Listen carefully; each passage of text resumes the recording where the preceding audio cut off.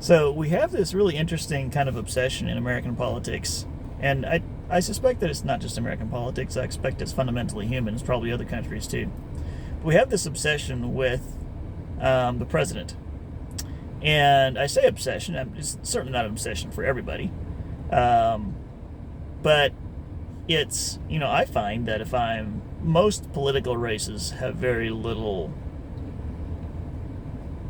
I really don't care that much about them. I mean, right now we've got Senator Dwayne Burns, we've got Helen Kerwin duking it out in our district here in Texas, and it's mildly interesting, but I don't really care that much.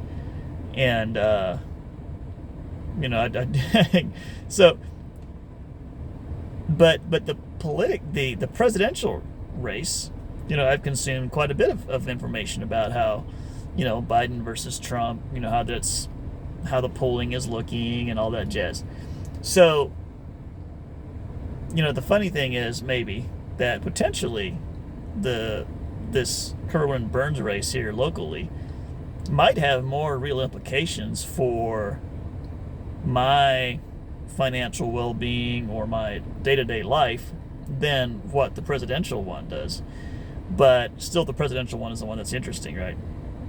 And I think we just find it naturally as humans, we kind of find it interesting to think about the people who are, some of the most powerful people in the world.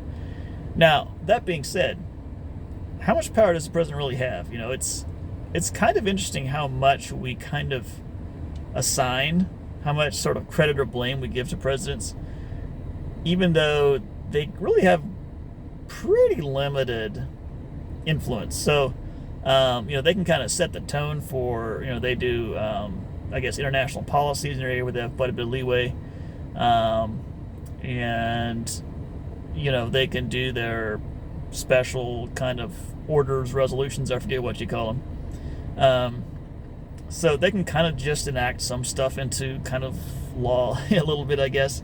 But for the most part, I mean, Congress and the courts are the ones that are really setting, laws and how they're enforced. And so, in many ways, the president is really kind of a figurehead. Now, spiritually, I don't know what all the implications are. Like, it might be more important spiritually than I know. So that's possible, and maybe we intuit that, and maybe that's why we think it's important.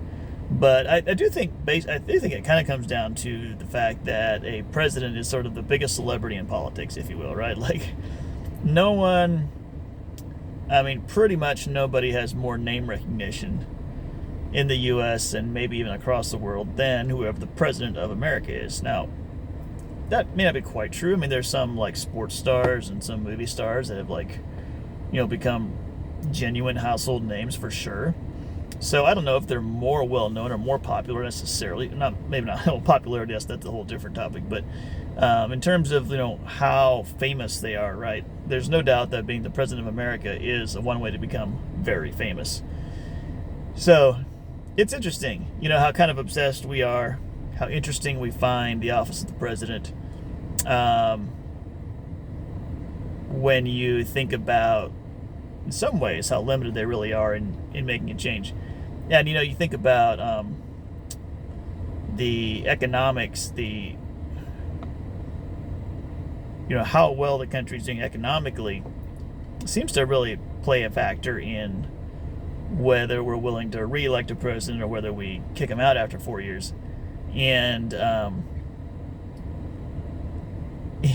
while it's true that the presidential policy can make, I think, a real difference on it, I think it can be a genuine impact. And especially with the cabinet and everything you bring in and how you kind of set the tone for monetary policy, I think it does make a difference. But even so, I mean, there's so much economically out of the control of the president. It's really kind of interesting how much credit or blame that the president gets. So, in terms of like Bidenomics, it kind of sets the tone for this idea that, Biden does determine the economy.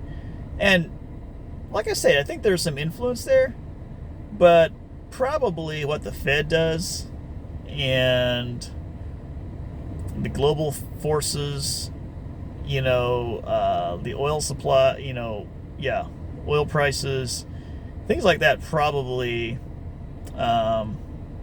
legislation that helps to govern the behavior of the big banks.